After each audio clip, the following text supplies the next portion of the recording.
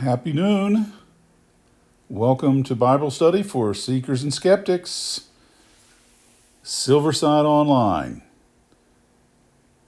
It is Friday, August the 14th.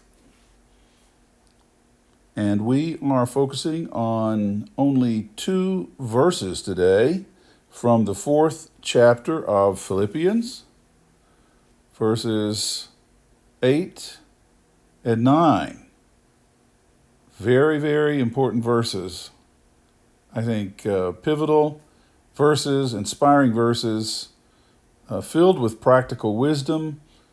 Very good for those of us who are entrapped in various ways by the pandemic.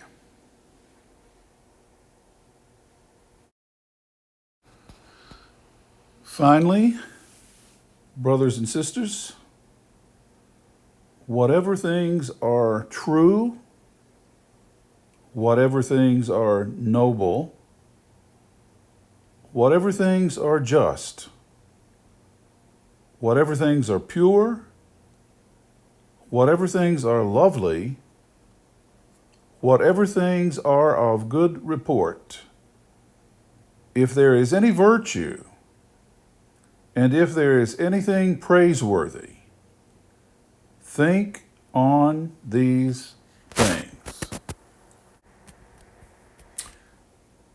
The word here for true is just the basic word for truth. There shouldn't be any question about basic truth, basic fact. Often translators use the word honesty, whatever is honest. But truthful things.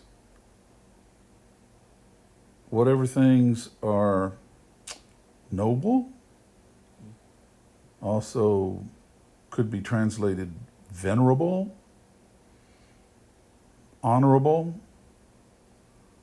the kinds of behaviors that we can be proud of when we live them out, contrasted with ways of behaving or living that we ought to be ashamed of if we have any moral grounding whatsoever. Whatsoever things are pure. This word is related to the word for holiness. Holiness in Greek, Koine Greek,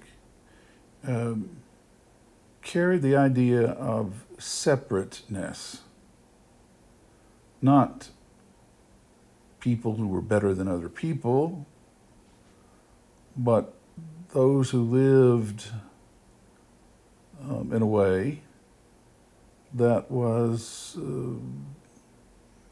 not caught up in the kinds of things that people got caught up in that caused problems, caused hurt and frustration, problems in the church, like last week we talked about Yodi and Syntyche. Yeah. So whatever things are pure, whatever things keep us focused on a way of living that isn't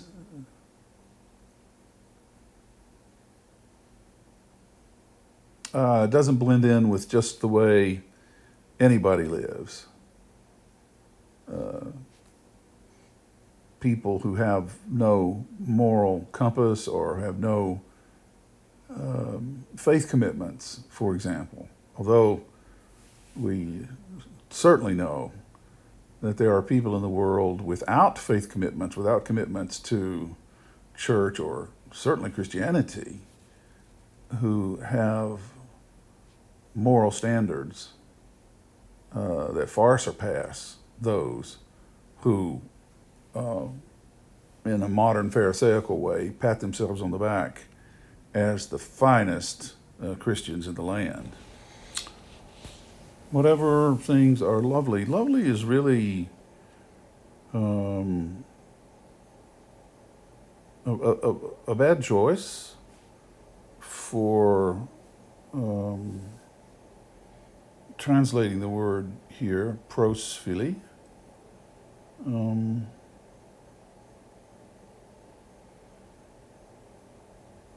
What the word means, what Paul's talking about here with this word, refers to things and people who are worthy of affection. So you can see why, I guess, some translators might have used lovely, but the point is think on the kinds of things in people who are worthy of affection, not troublemakers and naysayers, and people who put others down, professionally, personally. No. Whatever things are of good report. Better translation, although this is okay, but a better translation is admirable. Whatever things are admirable. So easy to get caught up in things that are popular, that catch the attention of the crowds and the masses, which often are not admirable, really. They're just attention getters. Like Kanye West trying to get on the presidential ballot. I'm quite sure Trump doesn't intend to give up his slot, so I gather he's gunning for Pence's slot. Have mercy. If there's any virtue, I think a better translation here is if there's anything truly excellent, if there's any real excellence, and if there's anything praiseworthy, I can't think of a way to improve on that, then meditate on these things. There's all kinds of other things you could be thinking about. All kinds of other things you could be filling your mind with. But instead, meditate on these things. Dwell on these things. Let yourself be preoccupied. Think on these things, dwell on these things, meditate on these things. Consider these things. Take these things into consideration as you're mapping out your days and your life.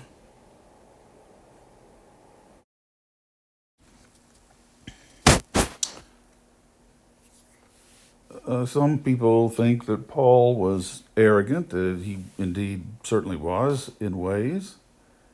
But we also have to keep in mind that this whole Christian movement was quite new. And the people to whom he wrote didn't have any real role models, or not many of them. So, that in mind, keep putting into practice all you learned and received from me, everything you heard from me and saw me doing, and surely he didn't want people to pry too deeply. Surely he wasn't that exemplary, but in his public life, in his in his ministry, he was an exemplary person at this time in his life, which is not to say he didn't make mistakes along the way, but he's holding himself up as an example of somebody who tried his best to live out the Jesus life. Then the God of peace, the God of Irene, will be with you.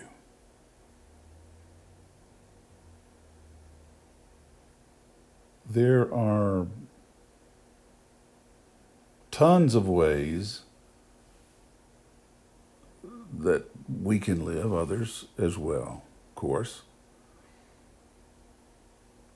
that repel the possibility of embracing the peace of God.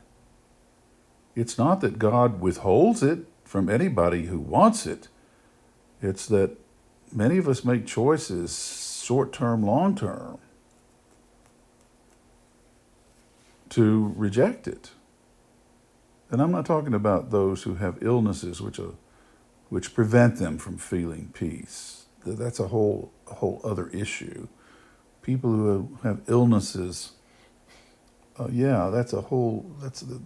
not the same thing. I'm talking about people who have a choice and make the wrong choice, who resist peace. And one of the ways that people resist peace is by concentrating on things that are unseemly, things that are demeaning and diminishing of themselves and other people, things that are lies.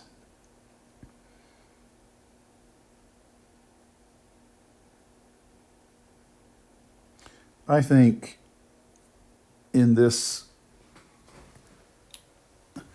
era of the pandemic, one of the greatest gifts anyone could have,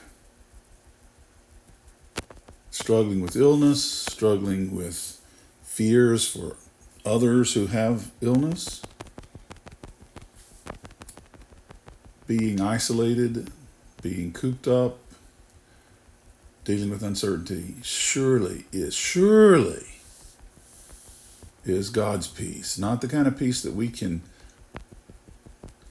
concoct, come up with. That's not terrible. Our own efforts to arrive at personal peace, those are good, potentially.